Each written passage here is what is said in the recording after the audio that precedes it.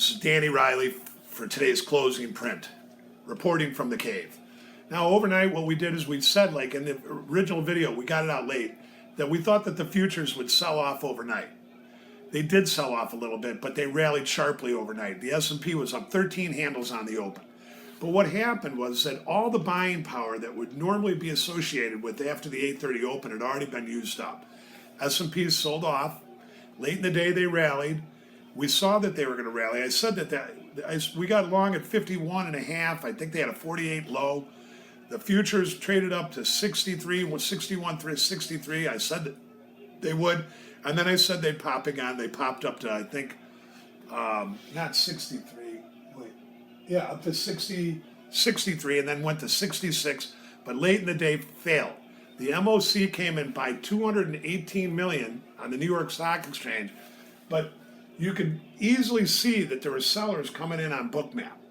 Futures sold off, going late in the day down to 2057.5, rallied back up to 2061, and settled 2058.75.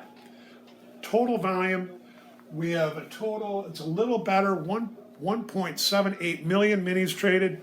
And I'll say that that's a big change up from what we've been seeing on some of these days. But again, I want to talk about Fridays. Fridays tend to be now the big day of the week. And the reason for that is one reason.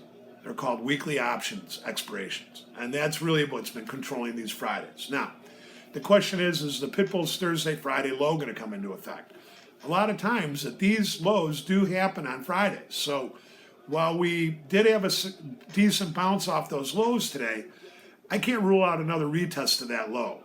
And I think that going into late in Friday, what we could see is some kind of push that back up. But I also want to reiterate, I think 17 out of the last 20 Pitbull Thursday, Friday lows have seen at least higher prices in the beginning of the week of the options expiration. So we're going to stick with that. That's something that we just, over the 25 years of looking at the trading rule, it's too hard to deny. You can't go into this thinking that you can just overlook that statistic or overlook that trading rule. It doesn't work.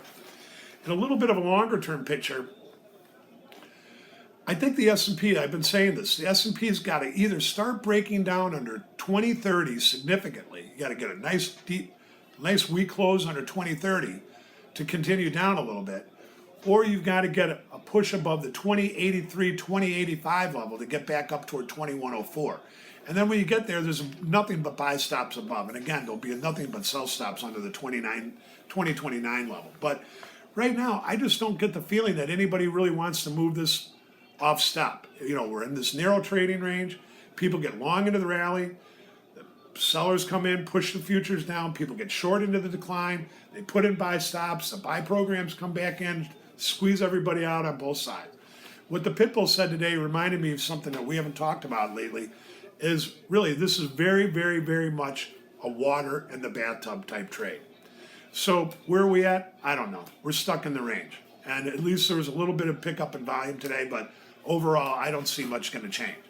Now, I want to do one last shout out because this will be my last opportunity to talk about the boot camp. We have an amazing, amazing boot camp set up.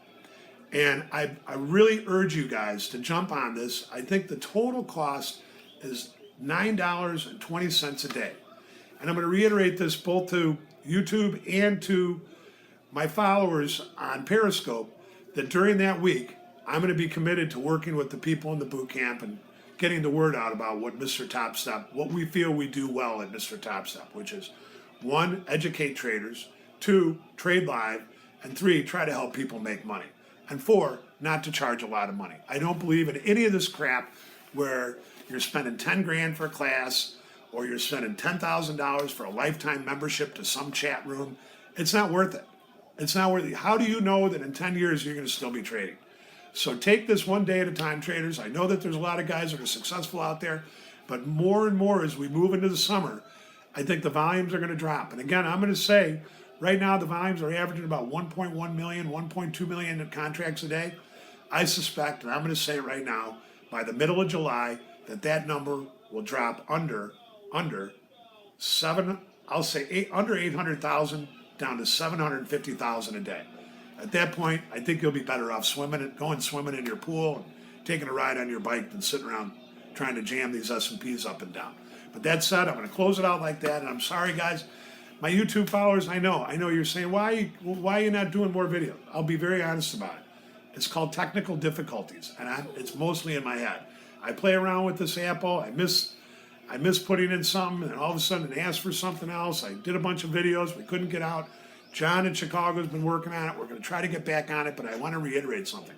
If you want to see what's going on or what I'm thinking, come into the final 45 late in the day on Periscope. It's called the MrTopStep Periscope.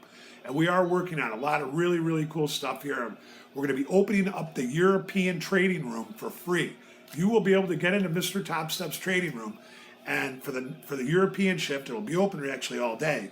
But you'll be able to see the charts that we put up. You'll be able to see some of the flow that we're putting out at night. And I really hope that you'll jump on that. Okay? So we'll leave it like that, and I'll see you tomorrow on the final 45.